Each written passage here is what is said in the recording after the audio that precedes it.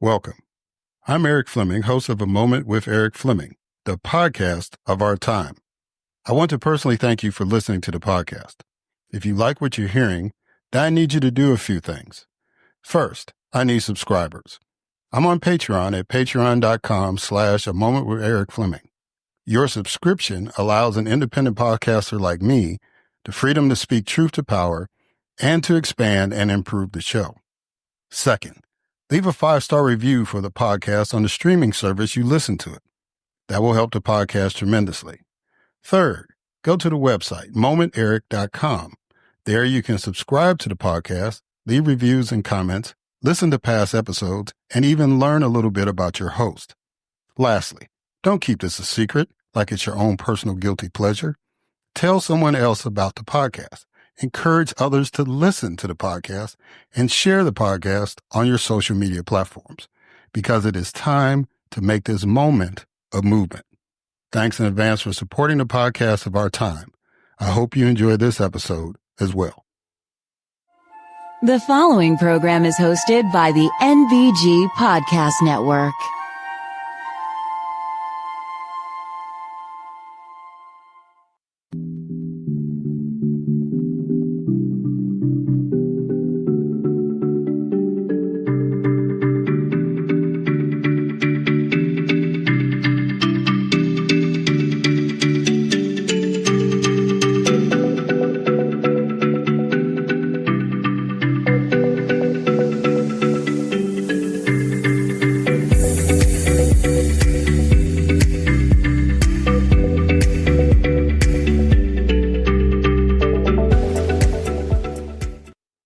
Hello, and welcome to another Moment with Eric Fleming. I am your host, Eric Fleming.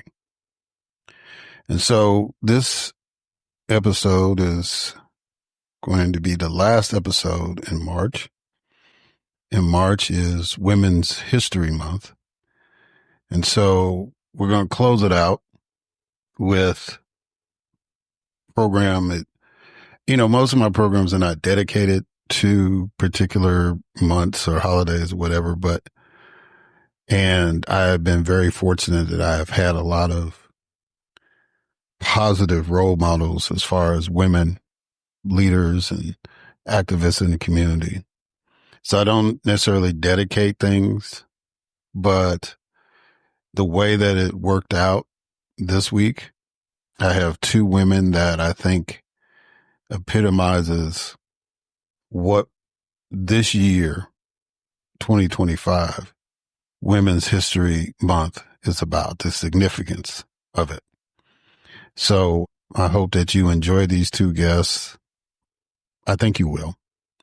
And, well, as a matter of fact, I know you will. I know you'll enjoy them and will be enlightened by their thoughts and their insight into where we are.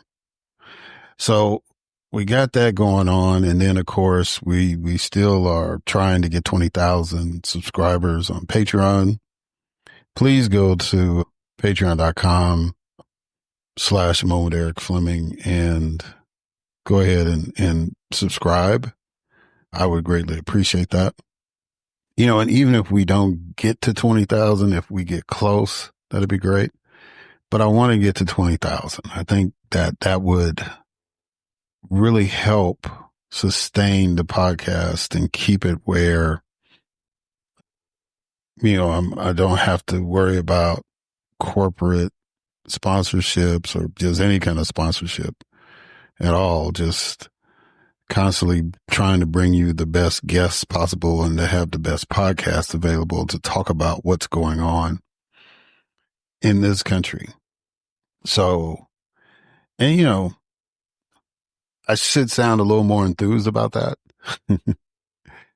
I'm not a great salesperson when it comes to those kind of things, but if you're listening to the podcast and you really like what's going on, then subscribe. It's only $1 and it'll go really, really a long way. The more subscribers I have, the more guarantee that we will be able to keep this podcast going for as long as need be, right?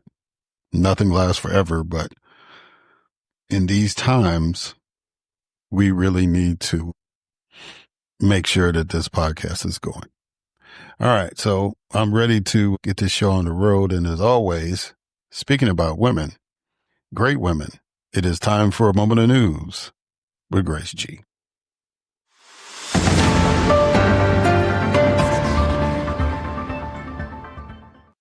Thanks, Eric.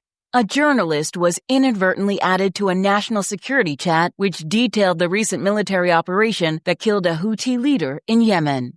The U.S. Social Security Administration leader reversed plans to shut down operations after a judge clarified a ruling limiting Elon Musk's access to citizen records. Louis DeJoy, the embattled chief executive of the United States Postal Service, abruptly resigned. The U.S. Health and Human Services Department canceled $12 billion in pandemic-era grants for programs addressing infectious diseases, mental health, and addiction treatment.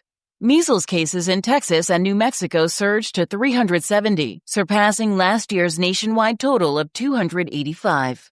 A U.S. judge temporarily halted the deportation of Mexican activist Jeanette Vizguera, who was arrested by ICE agents in Denver. Guyanese social media activist Melissa Atwell Holder, a critic of her home government, was also detained by ICE in Louisiana.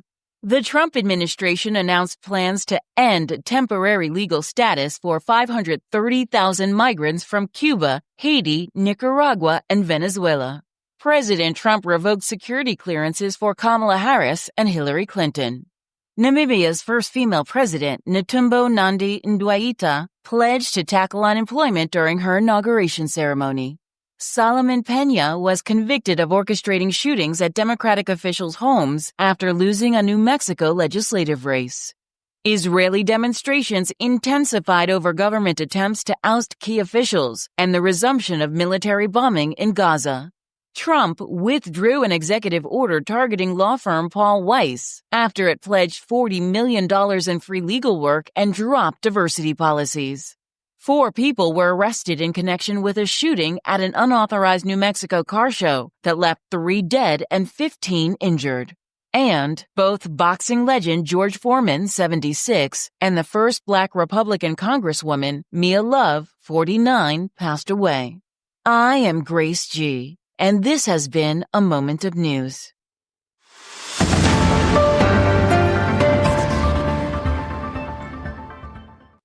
All right. Thank you, Grace, for that moment of news.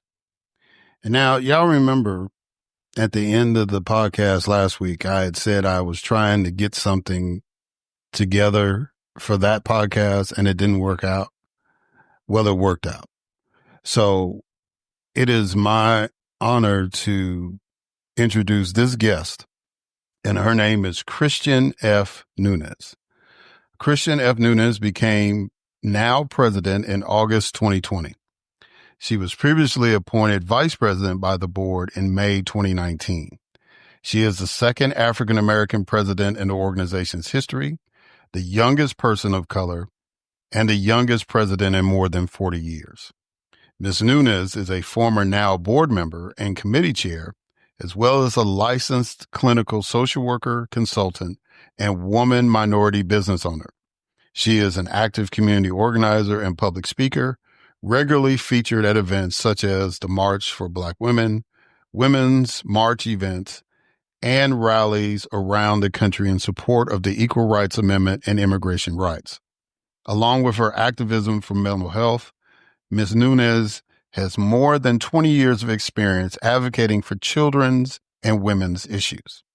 Ms. Nunes received her BSW degree from Northern Arizona University, Master's of Science from Columbia University, and Master of Business Administration from the University of Phoenix. Ladies and gentlemen, it is truly my distinct honor and privilege to have, as a guest on this podcast, the president of NOW, Christian F. Nunes.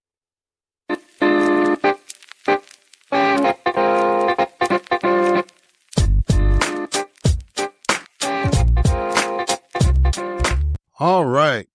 Ladies and gentlemen, it's my distinct honor and privilege to be talking to the president of NOW, Christian F. Nunes. Madam President, how you doing? I'm doing great today, Eric. How are you doing? I'm really happy to have you on. Thank you for inviting me on again. Yes, ma'am. Yes, ma'am. Because, there's a lot of stuff going on.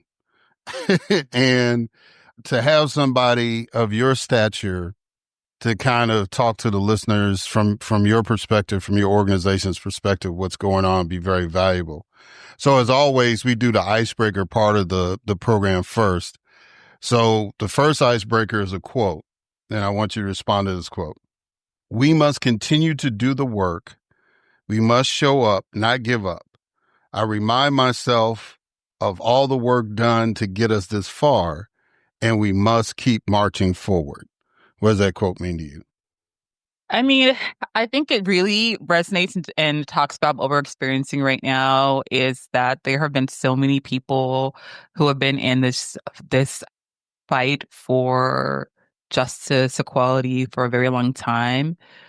And they have paved the way, but they also have relied on their ancestors in the position to make that way for them. And although I look at it as all we progress, we know that, movements are kind of like ebbs and flows to me. And even though we are facing like a place of difficulty right now, that we have to keep pushing forward for that ultimate goal of like equality and justice for everyone. Like we cannot stop. We have to continue to move forward, even though we're facing adversities, even though we're feeling like kind of sometimes helpless and hopeless right now, what we're seeing, or just overwhelmed. We still have to push forward because the ultimate goal of what we're trying to achieve is more important than the little bit of resistance that we're experiencing right now. Yeah. So my next icebreaker is I want you to give me a number between 1 and 20. 18. What's one thing we might all agree is important no matter our differences? I think one thing that we all agree on, no matter our differences, is like just the right to, have a happy, successful, safe, and, I don't want to say prosperous, but just like a fulfilling life. I think that's something that everyone's working to achieve and everyone can agree on. Okay. So this might be a personal question, but how are you holding up in the moment? And the reason why I'm asking this is because you wrote in your Substack, The Empathy Edge, recently, Mm-hmm. as the days unfold in 2025, I look around and see a growing sense of regret, fear, and exhaustion. I see it in the eyes of my family, my neighbors, my community. The air is thick with anxiety as new policies roll out daily, targeting, erasing, and bullying marginalized communities under false pretenses. Let's be honest. These actions are not about greatness. They are about regression and reinstating hierarchies that many have fought to dismantle. It is the soft bigotry of low expectations being camouflaged into policy and policing. I feel this deeply. I carry the weight of this hate, but I refuse to surrender. Yeah, I mean, that is very accurate and very true.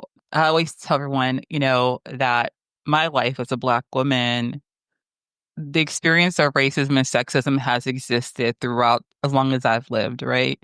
And I know that I have it easier than my mother had it and my grandmother had it, or, et cetera. But still, those things still are very much true right now in this world. And if anything, I feel that there is this sense of people are feeling very emboldened to be in their racism and their sexism and misogyny. I feel that when we have an administration who thrives on it, mocks and bullies, intentionally tries to erase people's identities, it's heavy, right? And I had these conversations with my family all the time about like, we sit there and we analyze what is going on. But I also know that this is not the first time in our history or any history that things like this have happened. So for me, I've always been committed to this cause for justice and equality. And for me personally, it's bigger than me, right? It's not about Christian F. Nunes. It's bigger than me. It's about this world as a whole. It's about healing this world. It's about justice for this world. So what helps me get through for me personally is my sense of personal faith, right? as a Christian, not a Christian nationalist, a real Christian. I want to be clear to say. And that no matter who thinks they're going to be a king, they are not the king. They are not the king. And the hatred will, all this hatred and all this attempts to hurt, I don't fear it because that's not who I hold in high reverence. So I have to continue to moving forth on the path that I feel like is important. When you have a sense of spirituality, you have a sense of purpose that's beyond people, it's easy for you to stay motivated in your fight for equality and justice because you don't look to that purpose. You don't idolize people. You don't reverence people in that way. So for me, I don't reverence person. So it's very easy for me to like say, well, you know, we're seeing this happen again. We're seeing this occur, but for me, reside and know who my personal ultimate king is in that sense and who I know has the final say. So that's how I, Christian F. Nunes, guide my life. And also because of that, my fight and quest for justice and equality is respecting humanity and every person and understanding that every person deserves peace, deserves to be treated equal, deserves to be valued, deserves to have opportunity, deserves to be safe. And I will continue that fight. Yeah. Yeah. Because one of the things you threw out there about revering other people, one of the main things that we see is that there are some people in leadership positions who revere themselves Yes, more than anybody else. absolutely. And that is really, really causing a lot of damage. You dove into it, but I'm going to dive into a little more. It was like we were commanded not to put anybody else or any other gods before God himself. Right. And, but it seems like the more that we become sophisticated, the more we become technologically savvy, Mm-hmm. the more we tend to forget about that commandment. So, And also to Eric, if I could just add, and then when we start revering ourselves as the ultimate person, then there's no sense of accountability, right? And I think that's what we're seeing happen is the accountability that needs to exist in this world is lost in a lot of ways because when you think you're the top, you're the best, you're the highest, when you think we can go beyond human in a lot of ways, then where is the accountability that makes us have these checks and balances to make sure that we're still operating in an ethos that's helpful and toward humanity and geared toward respecting people or respecting lives? It gets lost. that's exactly right. And that's a good way to sum that up. So talk to me, Madam President, about the significance of Women's History Month in the year 2025. Why is it important this year compared to any other year we've dealt with?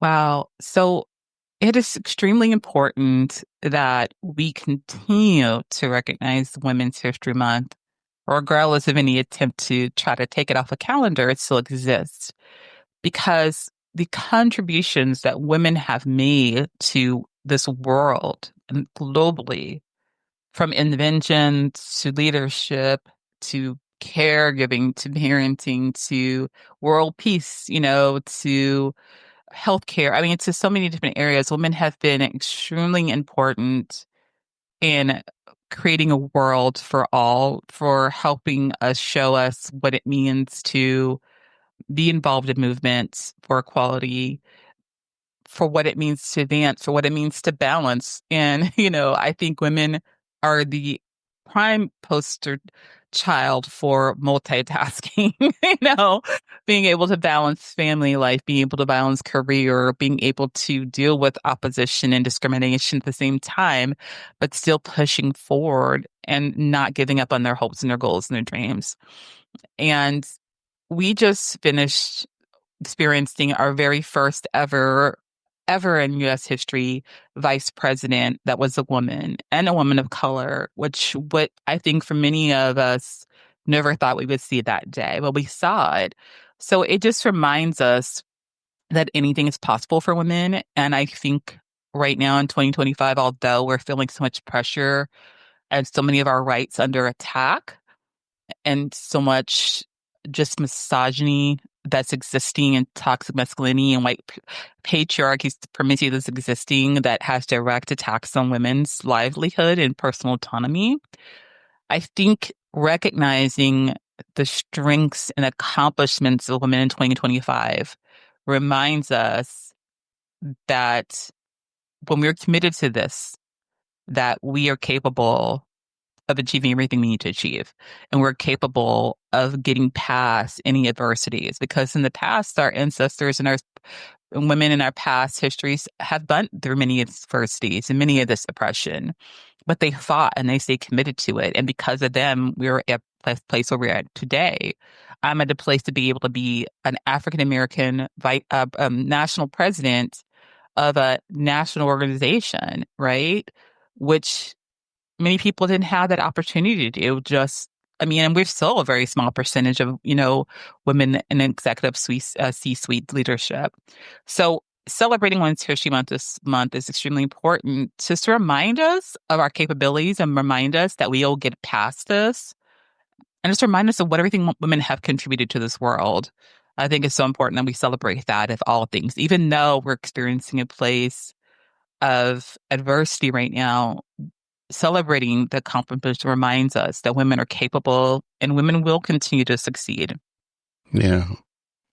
All right. So last month, you, along with other partner organizations, announced the launch of the Disrupt Now campaign. Yeah. Talk to the listeners about it and where the campaign stands right now. Sure. So the big part of the Disrupt Now campaign actually came from our response to the 2024 election and Project 2025 as well. And just kind of seeing what was, the plan to roll out on the attacks of, DEI, which includes women, on our families, on everyone. Just looking at the states who've been passing these horrendous abortion bans where they're trying to charge femicide and homicide charges against people, taking and acting into their own personal autonomy. And so we felt that was really important that we go into this year with a very strong response to the misogynistic propaganda that we have been witnessing and the importance of increasing feminist education about why we have to vote and be educated on issues that not just affect women, but because they trickle down and affect families, because they trickle down and affect our neighbors. So we felt it was really important that in this campaign that we really focus on educating communities because we felt like a lot of things that happened in the election was misinformation and disinformation was so prevalent. People didn't really understand how issues impacted them. So Disrupt Now was formed to, be our response and challenge the disinformation, misinformation that we're seeing, and particularly the misogynistic propaganda, but also increase education and awareness about the importance of issues like healthcare, reproductive healthcare, about economic justice, about safety for women and ending violence against women, and how all of those intersect and intertwine with everyday issues that are impacting us daily. And then to arm people with training so how they can be authentic and activists on the ground in their states to speak up and advocate for women's issues and women right issues. And I would say women and children because they go hand in hand. So that's how the campaign got started.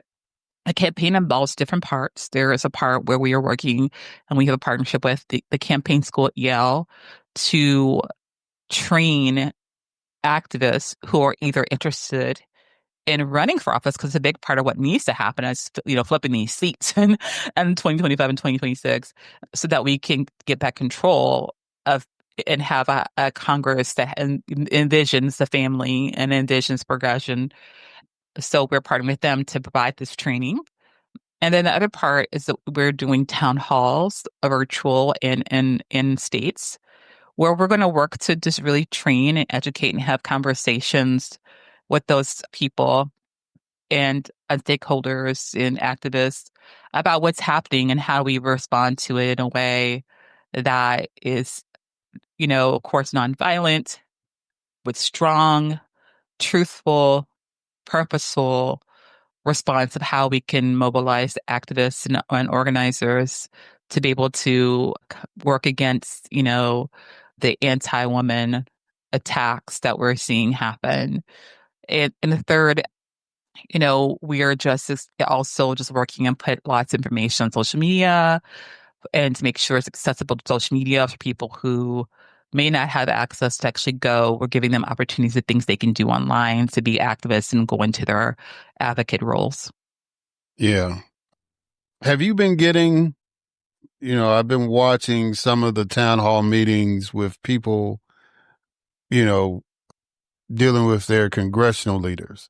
Right. Have you experienced some of that frustration or concern in the town halls that you've been having in trying to get people activated? So we actually have our first virtual town hall happening in April, April 16th, and it's a Western Region town hall. So this will be our experience to see what response. But I honestly, if I'm going to speak honestly, I feel that everyone's so fired up, right? They're upset about what's happening. They want to do something. And there's so many different events happening. There's so many different rallies, marches, protests, things happening. And I think it's great. But I also believe that we have to have multi-strategy issues to address this problem. And so one of our ways, that's what our campaign is, multi-strategy campaign. And I would like to see how we also put the same effort into things like electing new people into office, calling our Congress members. I think people are frustrated because what they expected from their Congress members is not taking place. They feel like they're not getting the access they need.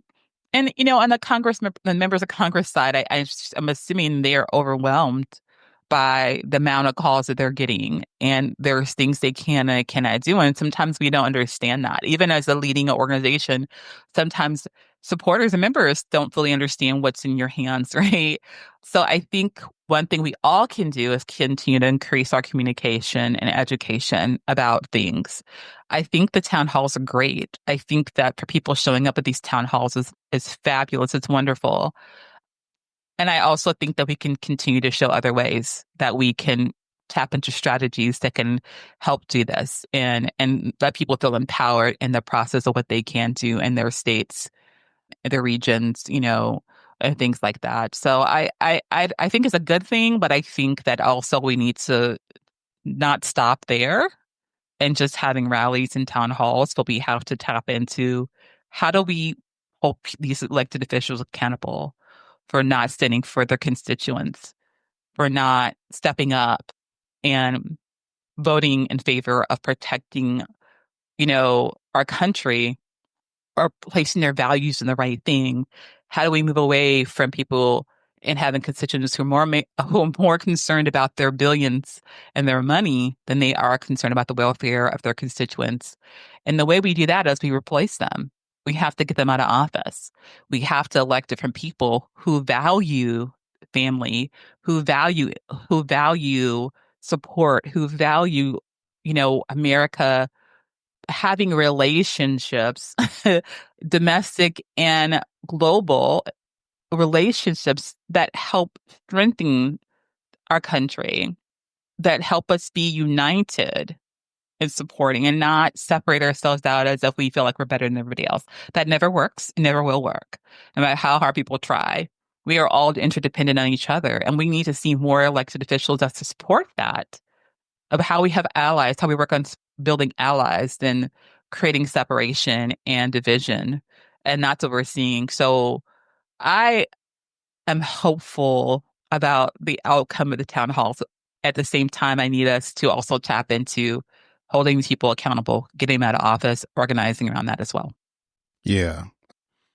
So just to kind of follow up on that. So one of the issues, you're younger than me. So one of the issues that has come up is generational change. Do you think that there's a need to change, not just based off of actions, but also from a generational standpoint, because, there's some people that are like, yeah, these people are supposed to be on our side, but, you know, because, a lot of people said that about President Biden. It was like, he's a good guy, but he was too old.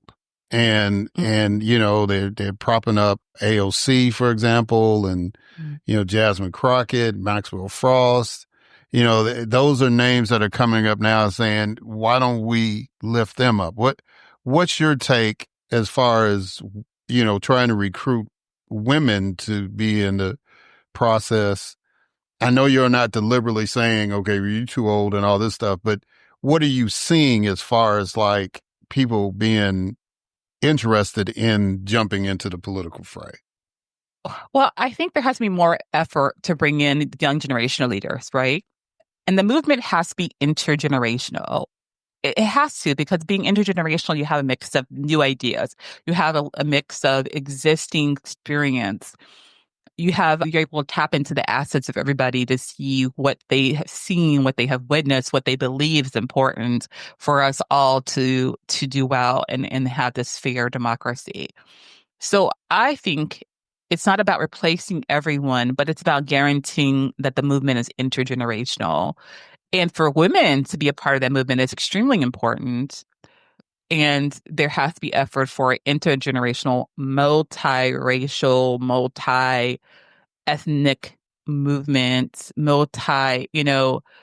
just everything has to be like, it needs to be inclusive, where we're having representation from different belief systems, representation from LGBTQIA community as well, representation from different races, different ethnicities, abilities, everybody needs to be represented, because when we tap into everybody in this movement, then we'll truly looking to move in a position where everyone's represented, and we're going to be able to create policies based on that. If the movement gets stuck and just reelecting the same people over and over and over and over and again, I think that's not the way to go for progression. And if we go to a place where we're just saying, let's remove everybody, even if they've had great impact, that's not the way either. So I think it has to be a mixture of really putting forth effort to bring in new leaders, and also, work with those who have been true to the cause, who really have demonstrated their leadership and their commitment to our country and their communities. So it has to be both. It's not about, I'm Gen X, right? So I'm not millennial, I'm not Gen Z, I'm not baby boomer. And I think what we see a lot of, happening is it's like these polar extremes. And I think we have to have all of that, right? So I believe in uplifting the young generation, absolutely. And I also believe the young generation, actually, if you think about movements through history, they've always been involved and led in our movements. So to me, that's nothing new. So I think we have to continue doing that. But I also feel that we can learn and still benefit from other generations and other leaders who've been through other movements about how they were successful.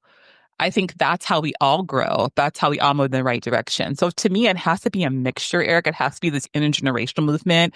It has to be a multinational, multiracial, multi-ethnic movement. It has to be an inclusive intersectional movement for us to really make some changes right now. If we stay how we are, it's going to be a problem. And I also want to push away from the fact that we have to have a leader. I know a lot of people feel that we have to have a leader of the movement. I don't believe that has to be one leader. I believe we have to be in solidarity. I believe that we have to have different leaders. We have to have a strong sense of support for people who are being able to connect and reach out to different groups of people. So I move away from this. I know I hear it a lot. You probably hear it, but where's our new MLK Jr.? Where's our new? But why do we have to have one person who is dominating the leadership, or who are the only person to go to? Because those people relate to some people, but not to everybody. But how we make sure that everybody that we need in this movement is being involved is we have representations of a variety of leaders who are working together with the same cause, the same message, the same place, to be able to work for the greater good, the greater cause we're trying to do, because they're each going to have an impact to be able to reach a community that the other one can't do. That's amazing to hear. And the reason why I say that is because you have been given the opportunity to be a national leader, Mm-hmm. and to hear somebody in a position like that saying, "Hey guys, don't ever, we don't necessarily need a Pied Piper or a St. Patrick. We need a community of elders. We need a group of leaders. We need a bunch of people." And that's really, really not only amazing, but refreshing to hear coming from somebody that is in a national position. That's awesome. Yeah. And look, if I were to say that I couldn't have done the work that I do without tapping into other leaders, right? So I have to tap into other leaders for support. We have to come together for coalition work together to make the difference. I now can't do it alone. LCCHR can't do it alone. Legal Women Voters can't do it alone. NAACP can't do it alone. None of us can do it alone. We all have to tap in together. We are stronger together than we are apart. Yeah. And, in a situation like with Dr. King and others, if you understand the history of the movement, and not necessarily you, but to the listeners, he was elevated within that group of leaders. He ended up to be the elevated voice, but it wasn't necessarily something he sought out. But anyway, there was a couple other things, but I love the way that this conversation went. So I want to close out with something positive. Let's talk about your new project called No Hug Today. Yes, yes, yes. Oh, thank you for bringing it up. So, for those listeners who don't know, my background started in social work and mental health. My career started as, well, first a victim advocate, and then I moved to becoming a therapist. And I started with working with children first, and then moved to families and adults and things like that. But I'm a trauma therapist background. And truthfully, it's really having a mental health background has really helped me I feel, to be very successful in my work and working in the field directly and knowing directly how policies impact people, I think has helped me be effective as an advocate and national leader. But I have not lost that passion. So I always wanted to be a children's author. So I finally just released my first children's storybook designed for younger kids, because I believe we have to start early with teaching them these things versus waiting late. And so the book is called No Hug Today. And it really kind of mixes the need for helping young children understand the importance of consent, the importance of personal autonomy and personal boundaries. So it's a nice storybook, and it takes on the journey of a little girl named Olivia. It applies to boys or girls or any child. And it's her journey of her making decisions about who she feels comfortable with to give a hug to for the day. So then she goes on this journey, and she decides based on her own feelings, her own body awareness and thoughts about who she'll give a hug to today and why she'll do that. So that's the book, No Hug Today. And it's so personal to me, and it's inspired by my son. I have a 5-year-old, actually. And I always get very early when he was able to communicate. I would always say, "Hey, can I have a hug?" And he would, and of course, mommy, most of the time he gives me one, but sometimes he's on the mood. And I would always be like, "Okay." And then when he wants to, he comes and gives me one. But I was just really big on letting him have that autonomy to decide what he feels comfortable with. And if he is around family members, I'm like, well, he just want to give a hug. That's just what it is. But also it helps families understand that we have to start teaching our children that they have that choice. Because I know for many of us growing up, it was a thing where you had to deal with your elders. You didn't have option. Whatever they was told, you had to do it, regardless if you felt comfortable or not. But if we start early teaching our kids that, you have a control of your body, what makes you feel comfortable is important. You be respectful, but, it's important. And we start teaching that early. I think it really, really helps shape them to be feeling empowered, feeling confident, and also being able to communicate to people they care about if something doesn't make them feel comfortable. So No Hug Today is that little fun journey for a young child. And there are other ones coming afterward, but this is the first that I've released, and I'm super excited. You can pre-order it right now on Amazon or Barnes and Nobles. I know a lot of people are not doing Amazon, so Barnes and Nobles. And then the official release date is April 15th. So if you pre-order today, then the book will get to your house on April 15th. So how can people reach out to you if they want to be a part of the Disrupt Now, or just to communicate with you about other issues? How can they reach out to you? Sure. So if you're looking to be a part of Disrupt Now, you can reach out at our website, www.now.org, has all the information for the campaign. It has a sign-up sheet if you want to be involved. So you could reach out there. And if you're trying to personally be involved or you could almost email now, now@now.org, to reach out to us and let us know. And if you want to get communication to me, you can reach out directly to the email and my admin will forward it to me, and then we'll get you involved. And if you are interested in more about the book and how to, future books are coming out and how I could come do anything regarding the book to your class, to your therapy group, to any things like that, you can email me at info at christianfnunes.com. Well, Christian F. Nunes, there's a saying, and Nunes with a S, not a Z. Right. Yeah. Please make that distinction. But there's a saying that goes, for in a time like this, right? Mm-hmm. And I believe other people will join me in the fact that we are grateful that there is somebody out there like you that has accepted the mantle of leadership in a time like this. It is always an honor for me to converse with you and to keep up with what you're doing. I encourage people to read the Empathy Edge on Substack, because I've interviewed numbers of social workers on this podcast, and they always remind me that y'all run the world. I'm a true blue social worker, I have to tell you. Well, I mean, and I have no argument against that at all.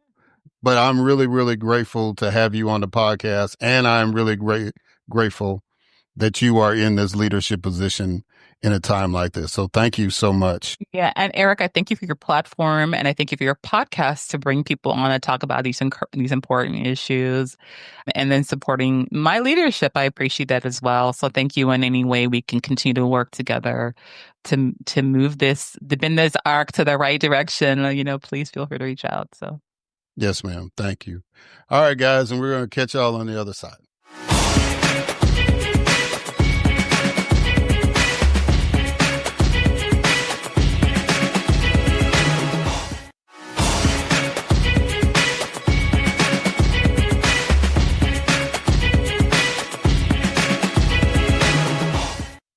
All right. And we are back. And so now it is time for my next guest, Lorissa Rinehart.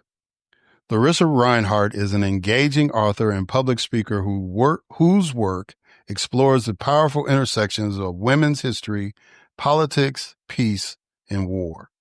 Her debut book, First to the Front, The Untold Story of Dickie Chappelle, trailblazing female war correspondent, garnered rave reviews from the Wall Street Journal, the Milwaukee Journal-Sentinel, Publishers Weekly, and more. Her upcoming second book, Winning the Earthquake, How Jeannette Rankin Defied All Odds to Become America's First Congresswoman, is set for release by St. Martin's Press in November 2025. Through her weekly newsletter and podcast, The Female Body Politic, Lorissa offers insightful analysis of contemporary events, drawing on 250 years of women's engagement in American politics. A dynamic TEDx speaker, Lorissa has delivered thought-provoking talks at prestigious venues such as the National Press Club, Friends of the National World War II Memorial, the Women's National Press Club, and the Nuclear Age Peace Foundation. Her expertise has been featured on prominent podcasts and radio shows, including Tell Me Everything, Cold War Conversations, Writers Talking, and Her Story on the Rocks. Lorissa is proudly represented by Lowenstein Associates. Ladies and gentlemen, It is my distinct honor and privilege to have as a guest on this podcast, Lorissa Rinehart.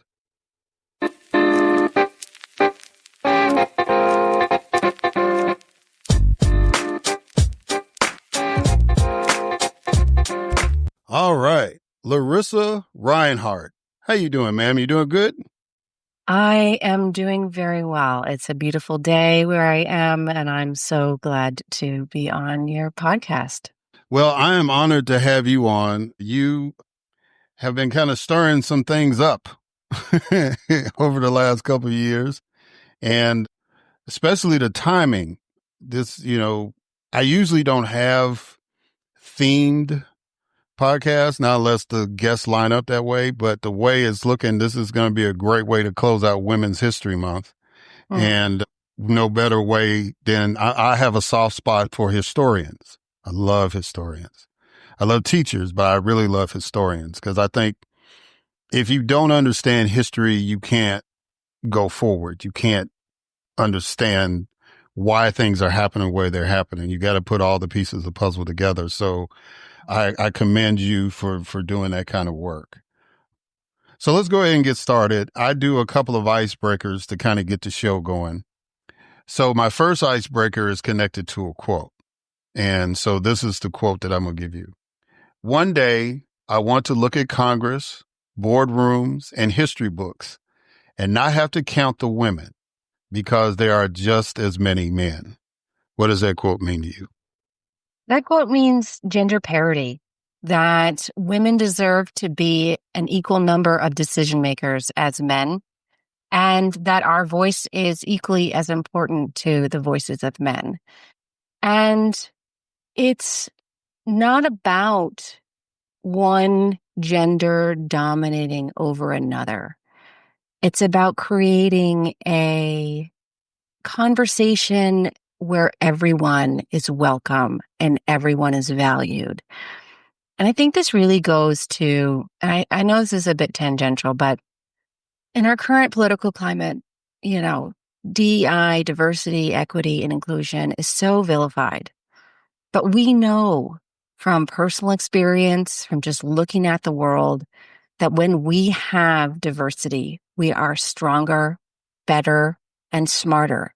And that's true in every single different scenario, whether that's in your business, in your school, in your family, in your church, in your community. The more diversity, the more equity, and the more inclusion we have, the better we are. And that's the founding principle also of the United States of America. So when we talk about having women in the room, we talk about having a fair and equal society. And that is very much my mission and purpose in life, is to help build that dream. Yeah. And I make the argument all the time that America is special because we're the only nation that has every country in the world represented in its population. And, diversity is so important. And when people understand that diversity is a strength, we'll keep moving forward. All right. So my next icebreaker is I need you to pick a number between 1 and 20. 17. Okay. Which is a very popular number, by the way. What's something about people who see the world differently than you that you've come to appreciate? I love it when someone makes me say, I've never thought about it in that way. Because even if I don't agree with their point of view, it helps me understand my own thought process and my own conclusions better. And so I actively seek out folks that I can have productive, respectful, civil conversations with, but who disagree with me, even on fundamental things. So that's what I love about folks who see things differently than I do. Yeah. It's the same with me. I love to have conversations. In this day and age, it's kind of hard to do, but when I get a chance to do it, I really love that. All right. So you have written 2 books, one highlighting the life of Dickie Chappelle and a new one highlighting the life of Congresswoman Jeanette Rankin. Which woman do you identify with the most and why? I have to say I identify with both of them equally in a lot of ways. And it's been very interesting how my own life experiences have allowed me to write these books. Now, as a biographer, I try to remain objective and bring a critical eye to my subjects. And I think I did that. But with Dickie Chappelle, she was a combat photojournalist. And she spent a lot of time working in what I call the crater pit of peace, right? What happens after the war? As a younger person, I spent a lot of time working in nonprofits, trying to eliminate child labor and working on disarmament and peace issues. And so that really informed my understanding of war and inequity that she really was steeped in. And then with Jeanette, again, before I sort of became a historian, I worked in politics. And so I had this deeper understanding of the world she operated in. So both women very much encompass elements of my own life experience and also aspects of my personality. They were both incredibly fiery women, unafraid, unapologetic for being who they were. And those are rather aspirational qualities for me. But I really have a place of deep appreciation for both Jeanette and Dickie. Yeah, and both of them were pioneers in what they did. You know, Miss Chappelle was, a pioneer as far as being a war correspondent, period. And Miss Rankin, of course, was the first woman ever elected to Congress. And she has a very unique distinction, is that the 2 times she served in Congress, she had to vote on whether the United States was going to enter a world war. Mm-hmm. And she voted against it both times. And one of the things I liked about her story was that when they asked her what would her legacy be, and she said, well, I know most people are going to say I voted against war twice, but I want people to remember that I am the only woman to ever vote for women to have the right to vote. Mm-hmm. And I think that's so profound. So in that sense, do you feel that you're pioneering in anything, or do you have that pioneer spirit? And what barrier do you think that we need to break next? So to answer your question, I want to go back to one of the first things that you said, which is if we don't understand history, we can't understand why things are happening the way that they are. I want to add to that and say, if we don't understand history, we can't understand how things could be. And so much of history is unwritten. That's true for women's history, Black history, LGBTQ plus history. These histories of fortitude and perseverance and courage and changing the world have been buried and almost erased. And when we don't know these histories, when we are denied our tradition of power, our power is taken away from us.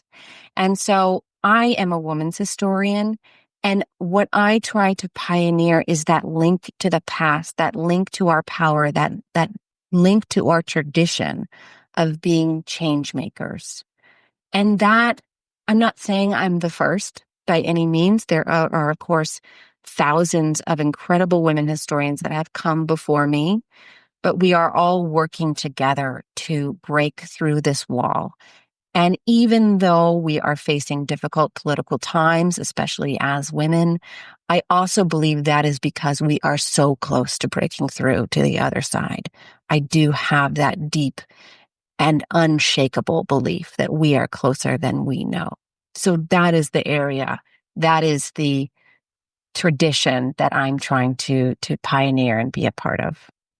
So, and you kind of answered this question a little bit, but I'm going to go ahead and ask it. When you asked yourself the question, what can we do to shape a more sustainable, equitable, and just future? What was your first answer? That's a great question. My first answer is always building community. It's always reaching out to the folks around me, being a resource, being an ally, because that's immediate. It's not easy, but it's something you can do right now. And then the second thing that I try to do is extend that community to, folks who are no longer with us, to learn about their legacies, their lives, their strategies for making change, and bring that into our current moment. Because it's going to take all of us to build that American dream. And I, like you, I'm not a critic of America, of course, and many of its policies and so on and so forth. But I am also such a believer in its promise, because we are a nation of nations. We are a nation of the world. And for that reason, we are sort of the ultimate experiment in democracy. And if we are going to be successful, we have to be as inclusive as possible in our lives, our thoughts, our communities. Yeah. Yeah. I tend to say that I'm not a conformist in the sense, but the only thing I ask people to conform to is to conform to the idea of inclusivity, right? Mm. If you're going to be an American, I think that's the most important quality to have, that you respect that this country is diverse. But getting into that, how do you feel about the current administration's efforts to remove any vestige of women's history in the military, or even outlawing the word woman in government documents and correspondence? Well, so first of all, I'm about to publish an essay on this on my Substack, The Female Body Politic. But I don't mean to correct you, but the word woman, singular, is allowed. The word women, plural, is not allowed, because it is in our being in community that women have power. When we are isolated, the way that they want us to be, isolated from our history, from ourselves, from each other, then we are powerless. So it's very specific why it is woman is allowed to be included, but women is not. As to how I feel about that, it's livid is the word that comes to mind first, and then fired up. I am, of course, a historian, and this recent purge of images from the Department of Defense digital archive. If your listeners don't know, they've deleted 26,000 photos of women, the Tuskegee Airmen, incredible Black heroes, LGBTQ plus heroes, our warriors fighting for liberty and justice and freedom for all. They have deleted their photographs. And it is an attempt to, again, erase our tradition and history and heritage of being warriors in our own freedom. And we cannot let this happen. We cannot let them divide us and erase us and make us feel that we are not together in community, because first of all, we are. And second of all, if we succeed, if they succeed, that is exactly how they are going to implement their ultimate plan of, Project 2025. And I don't want to, get too alarmist, but white male supremacy. And we have to stand together, all together, to avoid that, fight against that, and build the America and the government and the society that benefits us all, not just one small segment. Yeah. And, it's like that list is changing. So if they took woman out, that's good. In a sense, they shouldn't have the list at all.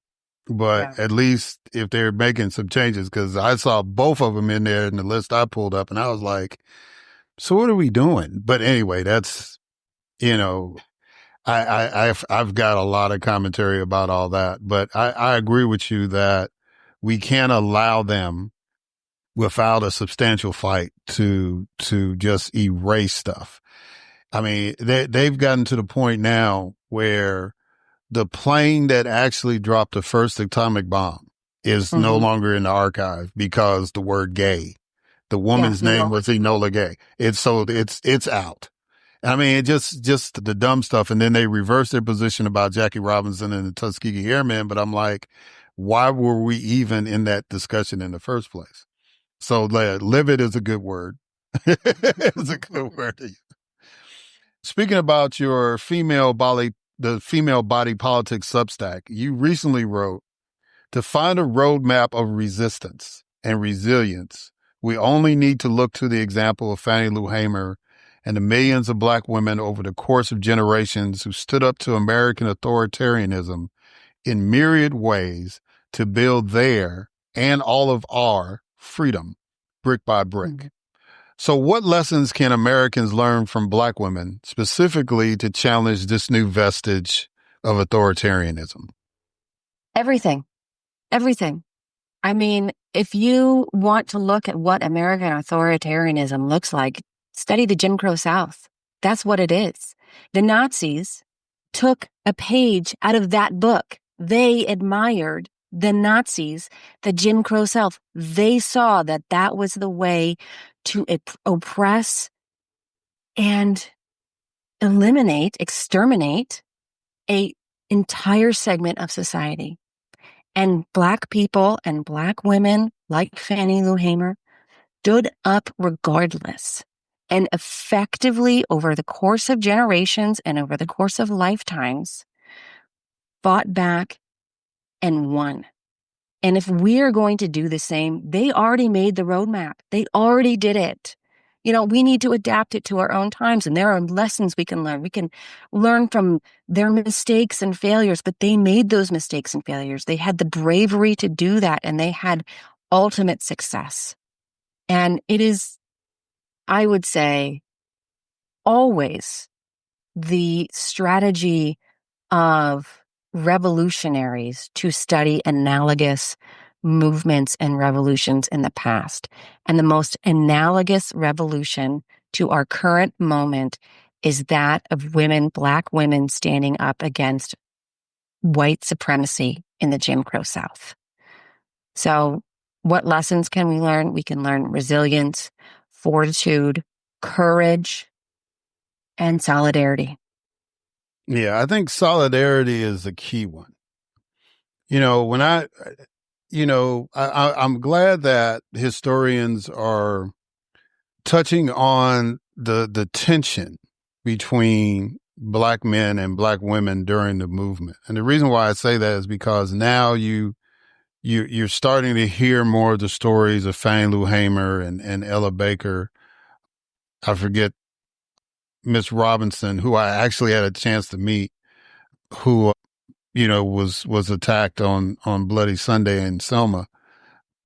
You know, it's like it was, and even Coretta Scott King, because they were in that era where it was like the woman was supposed to be more of the house manager, more of the supportive partner instead of the one being let out there. And one of the things, the reason why I mentioned Coretta Scott King is because people recognize that she was the one who pushed Dr. King to take a position against the war, because she had taken a position and she was going to the different meetings and speaking, especially to women's groups. And basically just kind of said, you know what? I got to stand with my wife. Right. Mm. And so I think the solidarity piece to me is men and women standing side by side. And I'm a Christian, so it's like that's the way God intended it. It was like, I tell people all the time, he didn't take a piece of Adam's spine and created Eve. He took the rib so they could be side by side. And I think that's very, very important when we talk about change and solidarity and making a difference is that we have to understand that we're partners and not one being in front of the other. Mm, absolutely. And I also want to say that, one of the things that Dickie Chappelle really made me think about was the importance of domestic labor in making change. So, right, even if these women in the civil rights movement, Black women, were not out front, that they were keeping the home, making sure the children were fed and to school on time, keeping peace in the house, making sure dinner is on the table. That is important support work and should be honored and valued as well by both society and historians and needs to be acknowledged. And Dickie Chappelle really documented this in her work, specifically in her post World War II coverage, where, right, the men had died. So many of the men had died in Europe. She was in Europe. And it was the women who had to create peace in a war-ravaged landscape. And their work, their labor, their efforts, their courage, their fortitude was frankly no less heroic, but is utterly ignored by sort of this view, this historicization of war and of social change movements. So I love that you brought that up because you can't have one without the other. We need to work together if we're going to really achieve change. Yeah. All right. So define an ungovernable woman. Okay. So that's a great question. And, a lot of people are talking about do not obey tyranny in advance. And it occurred to me that patriarchal beliefs and systems are designed to make women obey in advance. We are told to be quiet. We are told we are not as worthy as men. Our voices are not as important. And as soon as you can shed those beliefs, you become that much more free and that much more ungovernable by tyranny. But I think the most important part of that, and this gets a little self-helpy, but I think it's actually very important, is to love yourself as you are, for who you are and the way that you are, and to practice self-love, self-care, and intentional joy. Because if you can love yourself, then you are never dependent on any power structure to validate your worth. So to be ungovernable is to be free and to have a sense of infinite self-worth. Yeah. I agree with that. And I think that when we have these discussions about surrendering in advance, I think people just need to remember that they're human beings. I always, I'm a big nerd, right? So I'm a sports guy. I love sports, but I'm a big nerd. I'm into comic books and science fiction and all that stuff. And I remember there was a scene in the original Avengers where Loki shows up. I think he's in Germany or one of those countries in Europe, maybe Austria. And he tells the people that have gathered around him to bow. And as he's doing that, he says, that is your nature. That is what you crave to do. You crave basically to be subservient to someone. And this one man stands up, of course, before Captain America does his thing. But this one man stands up and says, yeah, I've heard of somebody like you before. I've dealt with that person in my lifetime, and I made a decision then I'm not going to bow again. And, and I think that's kind of the spirit that we have to have. We have to remember that in our humanity, we were given a charge of dominion. So when we get people that try to get us to be subservient like that and to bow and, in my history, as far as my people, the slavery and all that stuff, when Kamala Harris stood up and said we're not going back, we mean that. Now, she didn't win the election, but that doesn't mean that our attitude has changed. We're not trying to be subservient. And I think that just needs to be a general, whether you're talking about gender issues, whether you're talking about race issues, ethnicity. I just think that that's a fundamental belief that we have to instill in ourselves, that we are humans and we shouldn't be subservient. I think we should submit to authority, meaning respect it, but it doesn't mean that we should be enslaved by it or oppressed by it. But maybe I'm getting a little too deep. What you think? No. And it's not only that we're humans, we are Americans. This country was founded on a rejection of tyrannical authority. And it's one thing to say, okay, I'm going to obey the laws that are of, for, and by the people. Yes, I'm all for that. But if you have crazy King George or the current administration, those are what we need to rebel against as humans, but as Americans. And it is our birthright to do so. And I will be damned if I will sacrifice that, because I am going to stand up until I can not stand anymore. And then I will raise my voice as loud as I can for as long as I can. And, when we do this as individuals or small communities or small groups, it has, I know, as a historian, it has incredibly powerful ripple effects. And so if you are the only one in your church, your school, your workplace, even your family who is standing up and rejecting this new form of tyranny, and you feel like you're not making a difference, I can assure you that you are making a huge difference, more than you will know. And it's fascinating to me as a historian to see these ripple effects traveling for hundreds of years sometimes to arrive at a moment when they become a wave.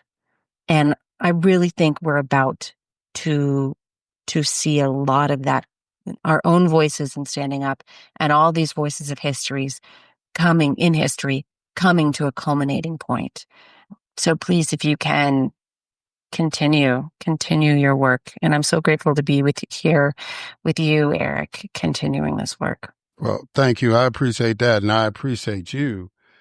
One last thing I wanted to ask you. You had Dr. Nancy Pearson on your podcast, and she's kind of been identified as the evangelist of local elections. She has advocated that in order to achieve the changes that we want, that we've got to focus in on getting women, primarily in her case, but good people elected at the local level. As somebody that has studied history and somebody that understands that, is that a great premise to work from? Or, do we really need somebody dynamic at the top to kind of stir the pot and keep things going? I think we need both. I think it should be a multi-pronged attack. But the wonderful thing about engaging with local government is you can make real change happen immediately. That, again, has ripple effects that are national and global. So let me just give you a stat.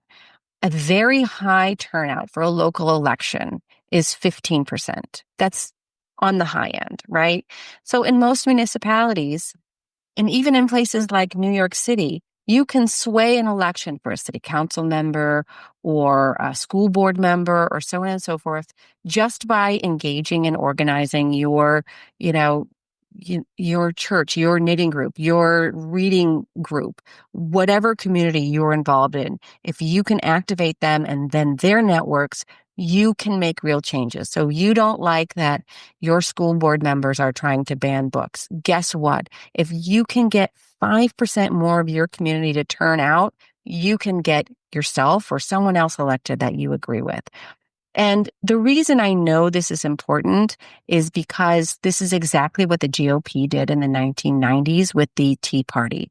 They focused on local government in order to build the platform that we see today. And though we do not like the outcome, we can admire their effective and successful strategy. And so I encourage everybody to listen to the podcast with Dr. Nancy Pearson or go to her website. You can just Google her name. And she lays out a lot of really great strategies for getting involved now with your local community governments and affecting that change you want to see in the world today. All right. And speaking about the podcast, how can people listen to it? How can people get in touch with you, buy your books, all that stuff? So my podcast and Substack is The Female Body Politic, and that's all on Substack. You can also listen to the podcast on Spotify and Apple. You can buy my books anywhere books are sold, and also through my website, LorissaRinehart.com. So yes, that is where I'm available, and you can contact me there as well. All right. So give the name of the books, because the one with Congresswoman Rankin, that hasn't come out yet, right? That's right. So my first book about Dickie Chappelle is called First to the Front. And my forthcoming book about Jeanette Rankin that comes out in November is called Winning the Earthquake. And the reason it's called that is because she said once, you can no more win a war than you can win an earthquake. And her devout and lifelong peace activism, I believe, was how you could win an earthquake, by preventing it in the first place. Well, Lorissa Rinehart, it's been an honor to have you on the podcast. I greatly appreciate you taking the time to do this. I look forward to reconnecting with you when the book comes out. And like I've, told you in private, and I make public for any guest, anytime you want to come back on, you just got a wild hair, just do that. Because you have quickly established yourself as a voice in the community, and I think the niche you coming in as a historian really, really gives some gravitas to that. So I'm honored that our paths are crossed. I'm honored that you came on the podcast, and I thank you for that. Well, thank you, Eric. This has just been such a wonderful, fascinating, and thought-provoking conversation. So I'm so grateful to be on. All right, guys, and we're going to catch y'all on the other side.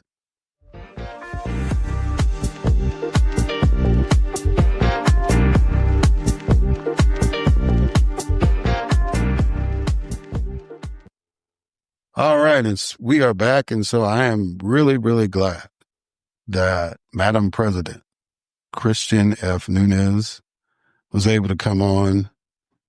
I mean, this worked out perfectly, considering I was trying to get her on, as stated before, last week, and it didn't work out, but she came on this week, and this really, the way the show lined up was even better. So thank you, God, for that. And thank you, Madam President, for coming on. And for Lorissa Rinehart, who 30 minutes is not enough time to pick her brain and to really get her thoughts out about the importance of women in American society, especially historically. But she is a true believer. She is a true activist. And she's definitely going to be back on the podcast for sure at some point in time. We're going to make sure that happens. So, but I'm glad that Lorissa and Christian Nunes were able to come on. And I think to culminate Women's History Month, I think they did a spectacular job in doing it. So I want to close out with,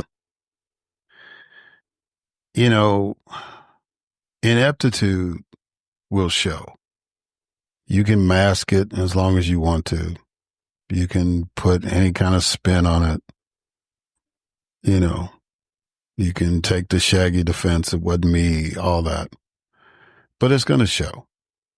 As somebody that's a big fan of sports, that actually try to play sports in his life, you know, when you're dealing with a better team, or, you know, when you're not as good as you think you are, it's going to be exposed. And it may be painful to you, and it may be painful for others to watch, but it's going to happen. And that's where we are now. You know, I always tell people that folks that are evil, right, always overplay their hand. If you've read a comic book in your life, you watched an action movie in your life, that's usually how it goes. The bad guy overplays their hand. And the villain always overplays their hand. Just when they think they have the hero down and out, they overplay their hand and they get exposed and defeated. And that's what's happening now. You know, I don't know who the heroes are yet, but they're out there and they're working, and they're going to emerge when it's all said and done. But the villains are definitely identifiable, and they're overplaying their hand, and they're going to get their comeuppance. If you don't know who the villains are in this political scenario, it's the Republicans, plain and simple. I mean, Elon Musk is straight out of Hollywood. He's trying to buy a Supreme Court election, just like he's taking credit for buying a presidential election. The Supreme Court elections in Wisconsin. And, you know, I get it, you know, that there are some people that appeal to the base level for humans, that really, really can hit home with our nature. But, you know, I'm just hoping that people don't get caught up in the smoke and mirrors again, and just really realize what's happening.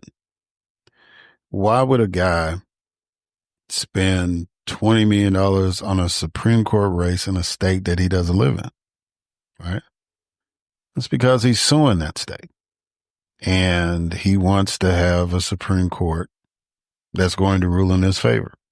And he thinks that $20 million or whatever else he spends between now and, well, I mean, the election's pretty much over, but, you know, he spent $20 million to try to get a court to rule in his favor.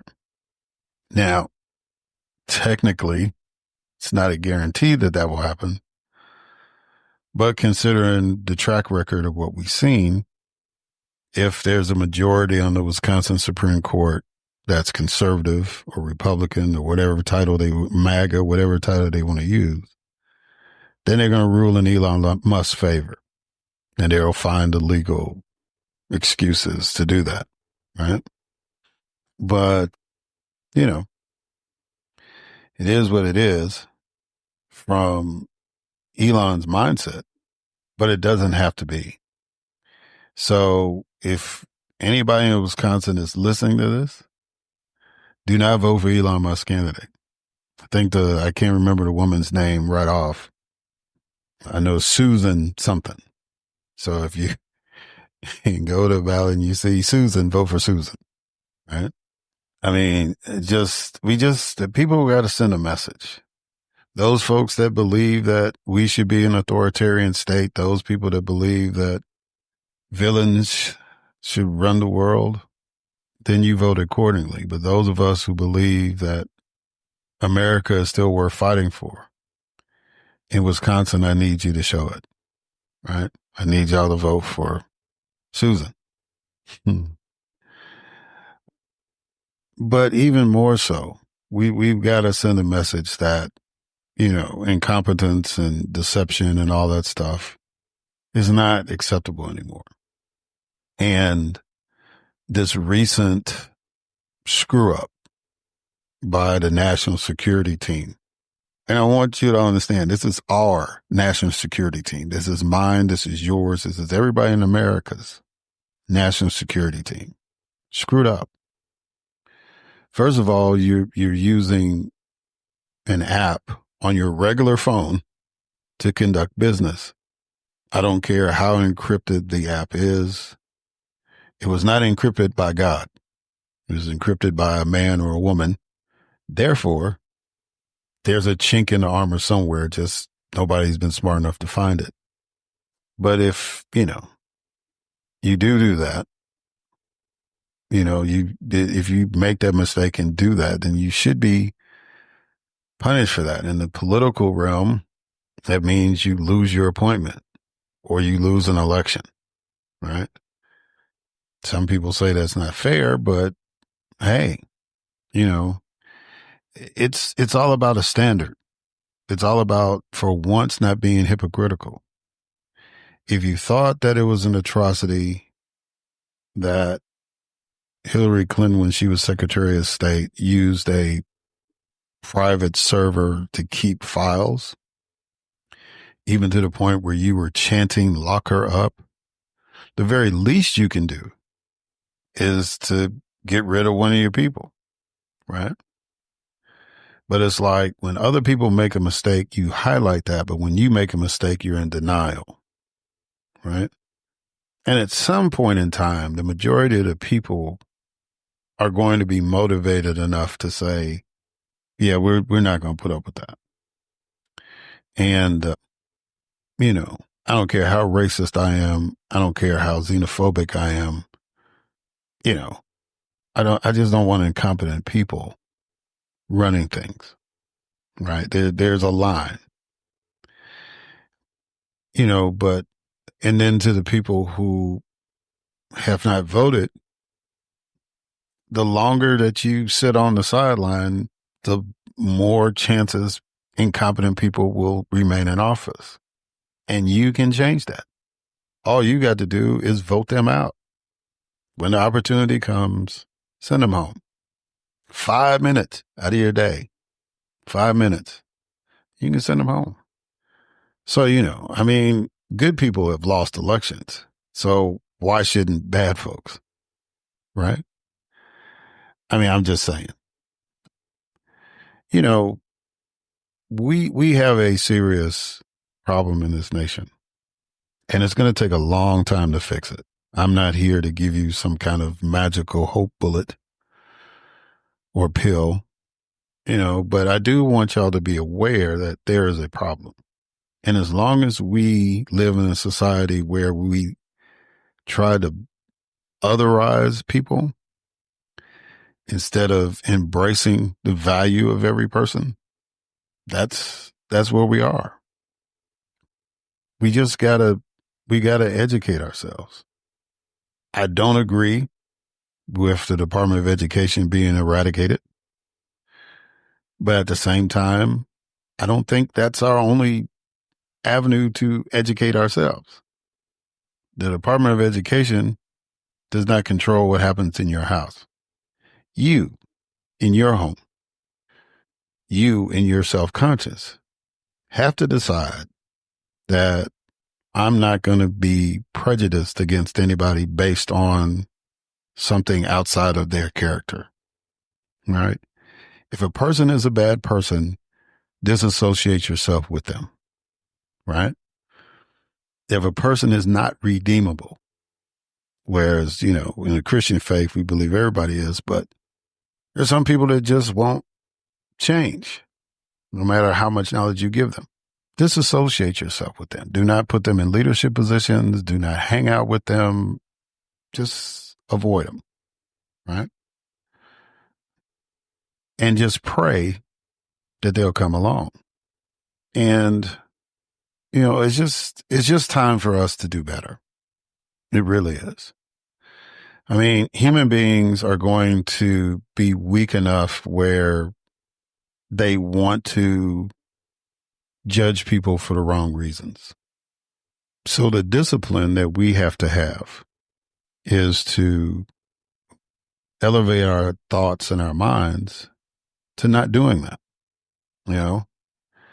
You see people on the street, you see people at your workplace and all this stuff, and you kind of get a first impression and all that, and it's really hard to shake. But our job is to give people a chance. Now, when we give them a chance and they prove that we were right in our gut instinct, then we move on, right? We're supposed to forgive, but God is the ultimate forgiver.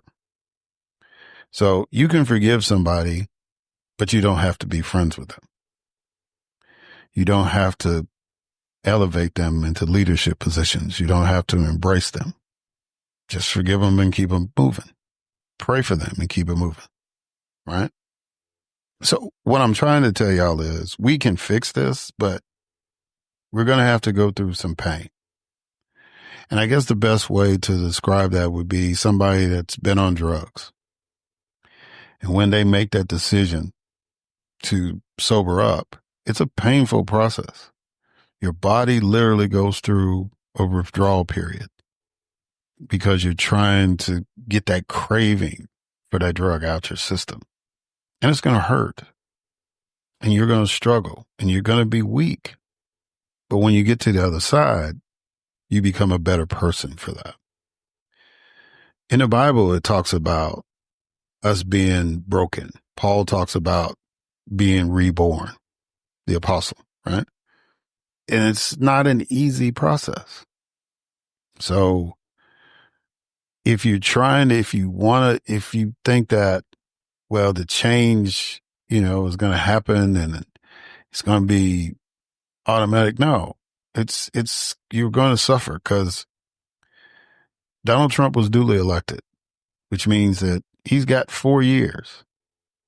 As long as he's healthy, as long as nobody does anything egregious to him, health-wise, he's going to be the president for the next 4 years. So that's going to be painful for people. It's going to be painful for people like me, people in my community. It's going to be painful for a lot of other communities, right? And we haven't even been through 100 days and we already know what the pain's going to be. I mean, we're not even at the halfway point of the first year, but we already know how painful it is. So we're going to endure that. And yeah, there's a midterm election coming and people will be able to vote at a federal level and make some changes in Congress. But that's 2026. Still going to go through some pain right now. So what needs to happen is people need to mitigate that pain. And you can do that by showing up at these town hall meetings. You can do that by protesting. You can do that by educating yourself a little better about why it's important to vote and why it's important to pay attention to who you're voting for or against. And pay attention to every election that comes forward, not just the federal. Pay attention to who's on your school board. Pay attention to who's on your city council. Pay attention to who the mayor is. Pay attention to who your county officials are. Pay attention to your state legislators and state senators, right? Pay attention to all of that. Your governor. Who is your insurance commissioner? You need to pay attention to all of that. Because each one of these people in all these positions, there's some positions a lot of people don't even know that they vote for, like judges, for example. You need to pay attention. Again, I am not asking people to be a political junkie. I'm not asking anybody to just totally immerse themselves. But as a citizen who is given a responsibility to vote, you need to pay attention to who's running for these offices. You need to ask them questions. Or you need to pay attention to the people who are asking them questions, right? And listen for their answers or their non-answers. Most importantly, pay attention to who's accountable and who is not, right? I heard somebody else say it, and it's something that I've always believed in, that, an accountable person understands when they've made a mistake. An accountable person understands when they don't know something. That's why usually the smart people, the successful people, have people around them that, one, will hold them accountable, and two, will give them some sound advice or open their eyes to other options or give them the knowledge in a subject matter that they're not strong in. That's how that works. That's how leadership is supposed to work. You know, being loud and being boisterous and having a whole lot of money is not a sign of leadership. It's a sign that you're loud and boisterous and you have a whole lot of money. That's not a leader. You know, oh, he tells it to us straight. He tells you what you might want to hear, but it's not the truth and it's not straight. You know, we're at a point now where politicians feel that they got to cuss each other out in public, that they got to fight, that we can denigrate other people's families, all that stuff. You know, it's just that we're electing human beings that don't have any love or empathy at all. There was a man who once said, who was an elected leader in a city that I lived in. He said something to the fact that you have to love, right? Because if you don't have a love for the people, you can't serve the people. You know, it's time for us to get serious about this. It really is. This is not entertainment. This is life. And people are in positions now that are impacting our lives. People are making bad decisions that impact our lives, whether it's RFK at Health and Human Services, Elon Musk with his Doge, Donald Trump and his national security team, J.D. Vance cussing out world leaders. This is really, really happening. This is not some soap opera where it's like, will it be renewed next year? No. This is real life, and this is really going to have an impact on millions, if not billions of people, especially the 330 plus million Americans that live here, right? We got to get serious about it. We can no longer take it for granted that other people are going to do what you and I need to do, right?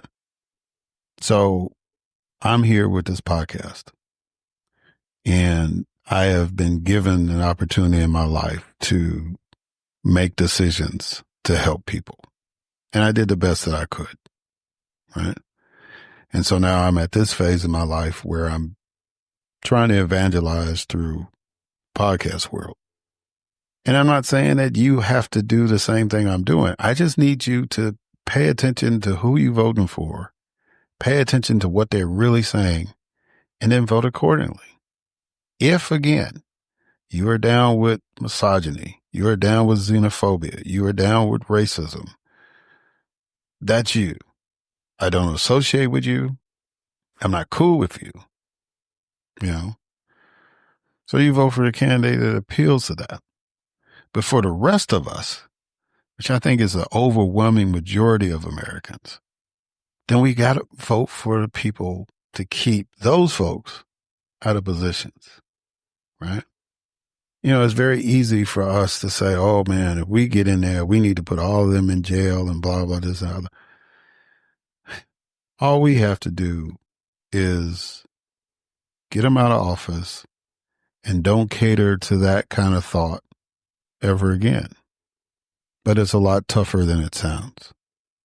It's because we have to be disciplined enough and pay attention enough. Yeah, we got stuff going on in our lives with our families, with our job and all that.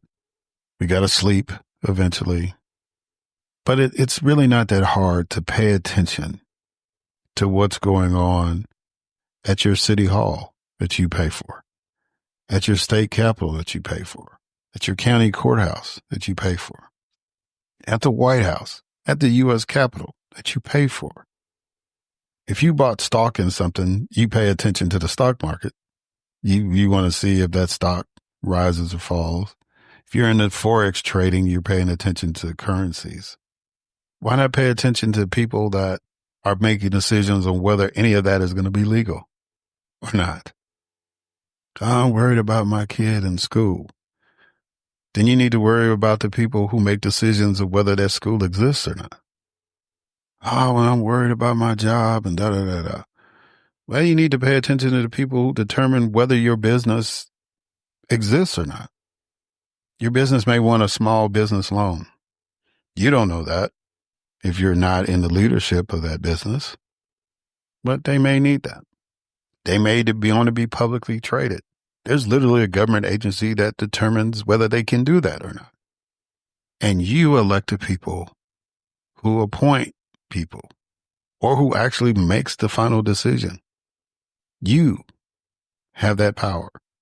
So you need to pay attention.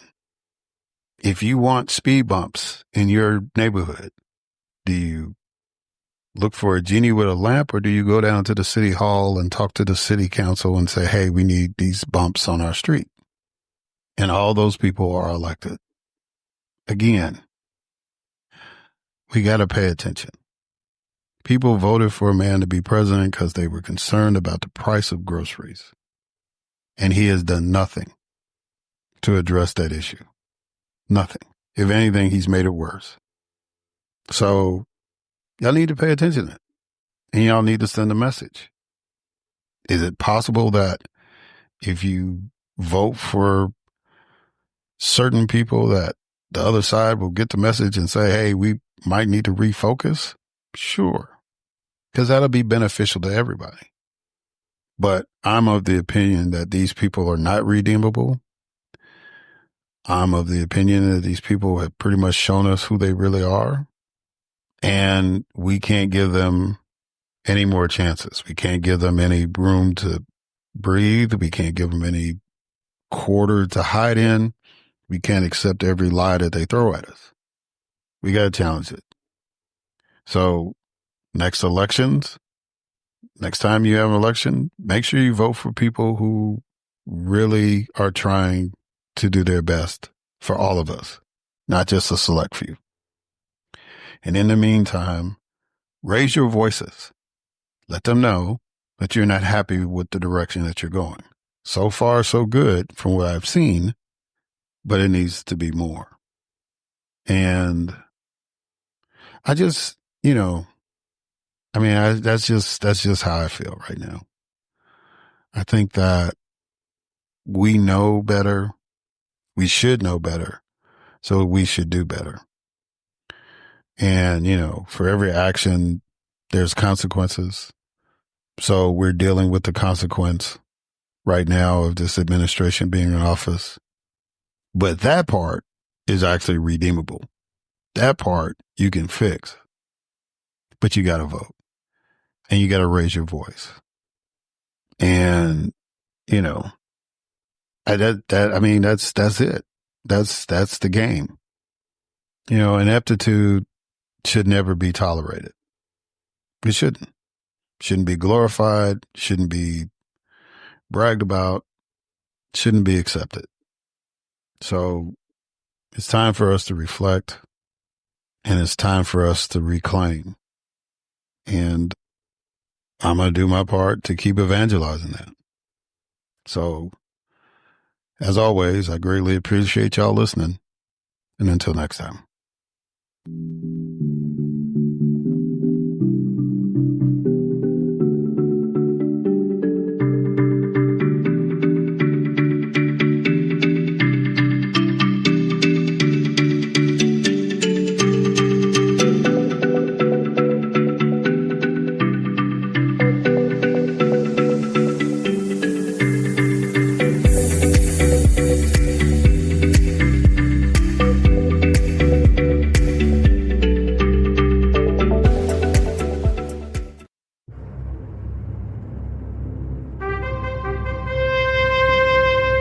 NBG Podcast Network.